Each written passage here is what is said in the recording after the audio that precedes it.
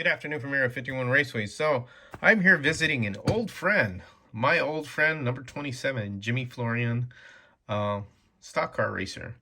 And this is the early cars that they raced on the beach. That's why this is the Beach Racer Series challenge that Harry put out for Home Racing World. And this is probably about the first year I started building scratch built cars. And I believe this was my second car that I built as a scratch built car. The first one was the 132nd GTO that I sent out, and he had the Beach Racer Challenge on a 125th scale, and I wanted to do a 125th scale because basically it's the same thing as 132nd, just a little bit bigger. It's just, longer, and you can fit it to the body and so forth. So this car is something that holds a lot of, how would you say, good feelings with. And it's got some memories and history.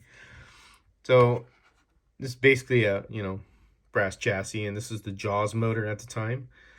And I revisited this car because it needed a better gear in it. It had a cheesy gear that I didn't know that I should stay away from, and Harry had recommended me, stay away from those gears. So I had already sent it in with the cheap gear, but it did fine. And I got a better gear on it, a Cox gear. It had some Chinese blue gear that I got from the local, slot car track, which don't even sell slot car parts anymore. It was a little commercial track. The guy got rid of it, and he's more into RC.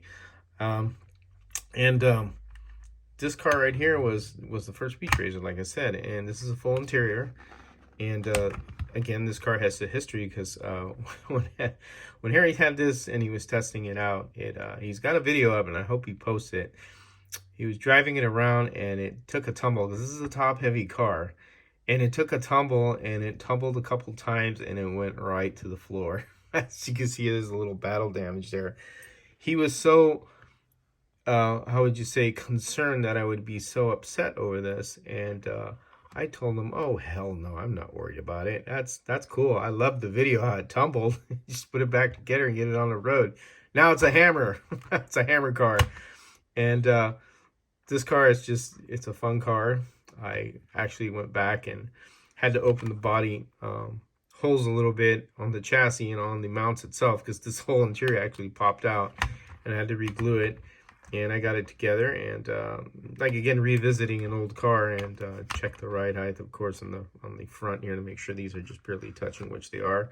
Put some floor shine on it, and put a better gear, and just kind of tested it out and put it on the track, and it runs real good. Again, they're top heavy. These cars, you have to learn how to drive them because they're different. It's just like in real life in the 50s how the cars were, and compared to now, which is totally different. My Toyota Camry could outhandle this thing in no time. So but it's amazing, how you go back and you look at your scratch builds, and you look at what what you could have done better, and what you've learned from it, because there's a few mistakes that I did on this, and now I just go back and recorrect them. So that's the thing about scratch built cards. You go back and recorrect them. Gave it some more body flow, floor shine on the tires, better gear, fun car, and a lot of good memory. So that's it from Area 51 Raceway. Just thought I'd share this little segment on this car, and as always, you take care and have fun racing.